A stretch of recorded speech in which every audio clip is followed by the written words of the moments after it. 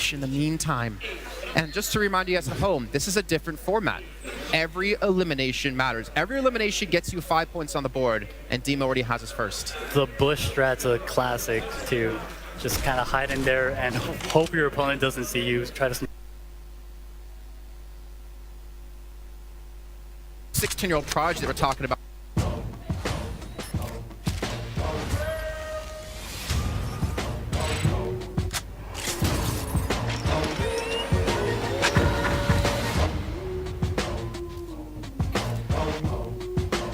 So as you can see now, the Vic going to be taking down some of these walls, replacing it for himself, and you can already see there's a major battle happening here on top of things. Windwalker now going to be up against Power, so Jarl's teammate here out of Fnatic.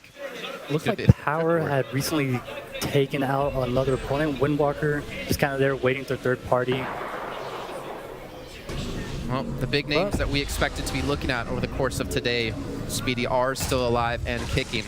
Yeah, Power just kind of disengaging there with the drift board. It's a nice little mobility item to get you in and out of situations as fast as possible. You have Nate Hill kind of off to the side there. Kuna was... Yeah, it's going to be up an interesting fight here. He actually does have the higher position up against him. He's just looking for that shot. He's got the shotgun. He's trying to go for the replacer, trying to take down multiple walls so he can get control of it. Marana is so weak here, and Kuna knows it. He gets into his box. The trap goes down. Actually, you got the great little replacer. He's not getting the elimination just yet. Another player to become. He will take down Marana. So that'll be his first elimination. We heard a trap go down in the last second there. A couple of clingers as well, even sported it. The disrespect. Or respect, I want to call it. No, but disrespect definitely there. You have Myth now, a player that we haven't even talked about over the course of today, representing TSM. He's got Cloud as his partner for tomorrow when we get into our duos. He's got Kripa to fight with here, to contend with. But so far, only 9 eliminations have gone through. Absolutely. Myth's landing spot is typically Lonely Lodge. Didn't get affected by the Season 8 patch, so nice little rotation there that he's used to. You see Tixi able to get above Zypan here. Now, if you're Zypan in this situation, Speedy, how do you kind of fight your way out of this? This is a tough situation. You're just kind of sitting there, turtling, trying to disengage. It looked like he's going for the disengage, actually. Meanwhile, his opponent's just holding high ground.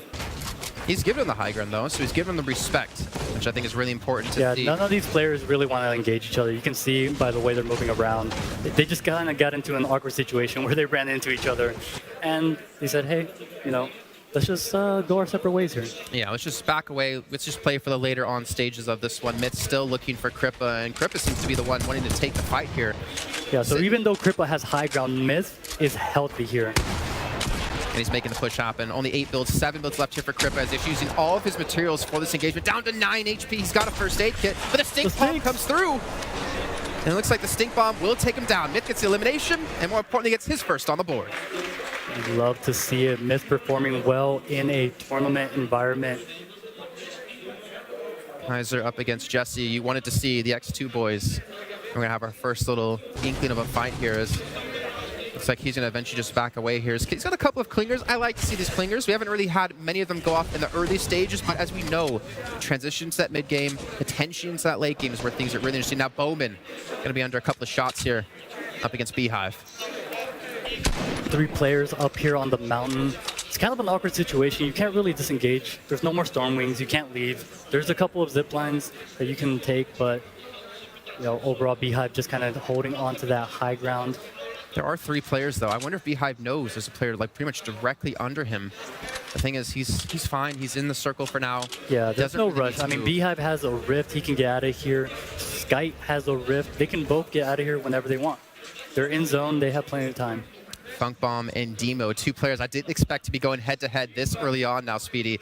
But it doesn't seem like we're going to have a fight break off just yet. Yeah, so Funk Bomb and Nate Hill, both duos, currently in solos, but they kind of have a more passive endgame style. So I definitely don't expect them to see them pushing aggressively towards any situation that they can avoid. Well, maybe not them, but FaxFox is here in the vicinity, and we know him to be very, very aggressive. He has a launch pad if he wants to use it. But again, Imagine just went down in the kill feed there. Yeah, Zypan does secure that elimination.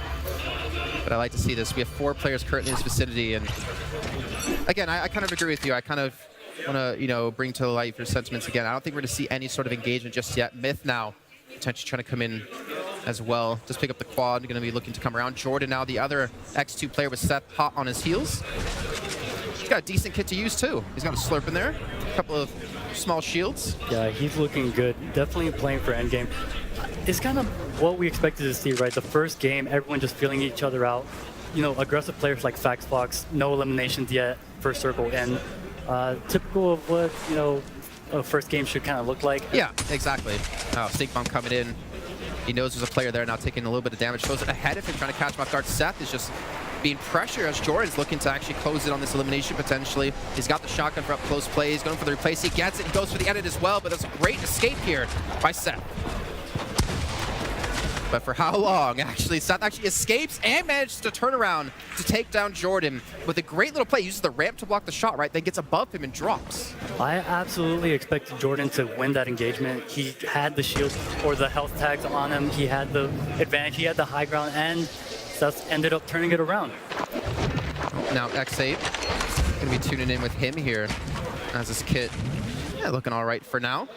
So having a little bit of a strong start, which is very important for here. Dementos on Team Secret now, going for a little engagement. Up against Saf, and Saf is the player I have to win this whole thing, to win this whole tournament solos. And no!